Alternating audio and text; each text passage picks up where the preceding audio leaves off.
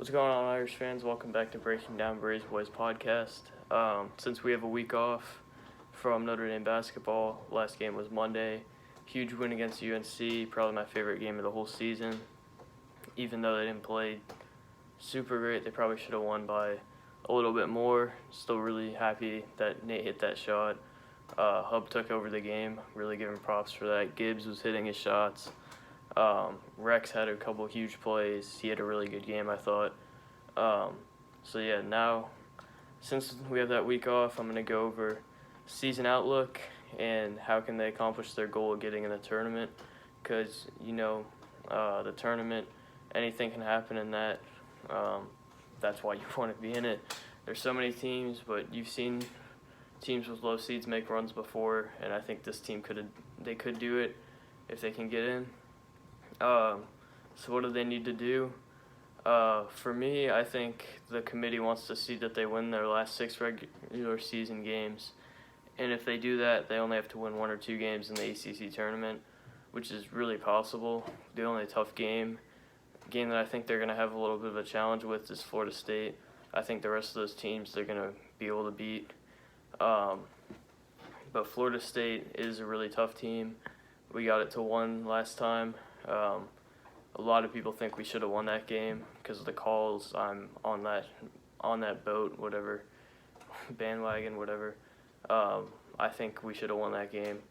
Hopefully the committee sees that, but refs aren't an excuse with them.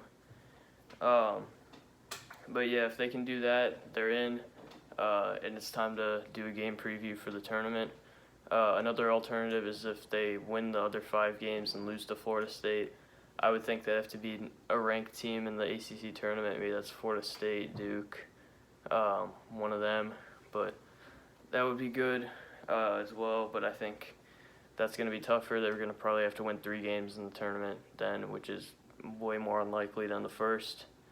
But yeah, I would think they'd have to beat a ranked team of some sort to get in. They have a 20-game losing streak against ranked teams. But if they can get hot, maybe. So here's what I think needs to happen for them to get there. First, I think Prentice Hub and TJ Gibbs needs to step up like they did in the UNC game.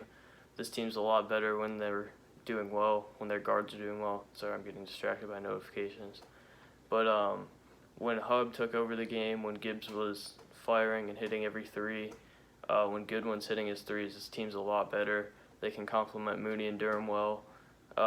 Just exactly what this team's built off of. And I think if those guys can do that, they can make a run in the tournament. That's when they're best, when Hub's making smart passes, he's getting in the lane, scoring, he's hitting 3s, even if some of those are crazy shots. He's finding Gibbs, all those guys. I think they can be really good. If they can complement each other, they can make a run. And then my 3 other keys are all for Coach Bray. Just play JaJuan Durham more. He's looked really good lately. I know small ball has worked, but JaJuan Durham, even in the small ball times, has made the most of his minutes. There was a game where he went like 4 for 4 in his 4 shots. He scored 21 at Duke. I don't think he had a terrible game at UNC, but he didn't really play that much. I'd like to see him in the game a lot, though. I think he's really good, really underrated. He might be a huge piece of our team next year. And then my second key is draw plays up for Dane Goodwin. You saw earlier in the season, like at Georgia Tech, he was coming off screens, he was taking one dribble, pulling up, and it was going in pretty much every time. What I've noticed from him lately is he's been rushing his shots a lot. He's been driving and trying to shoot it over like 4 guys too, which isn't great. I barely ever see him make shots in the paint. So either he's going to beat his guy, straight up, go to the basket, and lay it up, or you're going to have to run him around the baseline, get him off a screen, one dribble pull up, or just catch and shoot. I think Mike Bray needs to do a little bit better of a job at getting him involved because he's been relatively quiet. Not super quiet in the UNC game, but Duke and all the games last week, he was at least pretty quiet.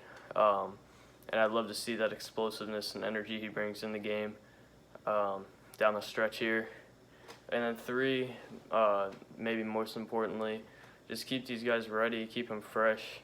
The last thing I want to see is they get a huge win over Florida State, and then they can't finish a game later on in the season.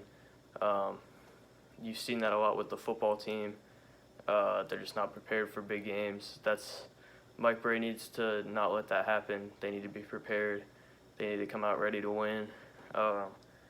So yeah, they don't have the talent to come out and be lazy and do all that. They're going to have to fight for every win, and if they can do that, they can get to the tournament. I believe if the guards play like they did in the UNC game, that this team can really make a run. So thank you guys for watching. Go Irish. This weekend I'll probably have a Miami game preview. So peace.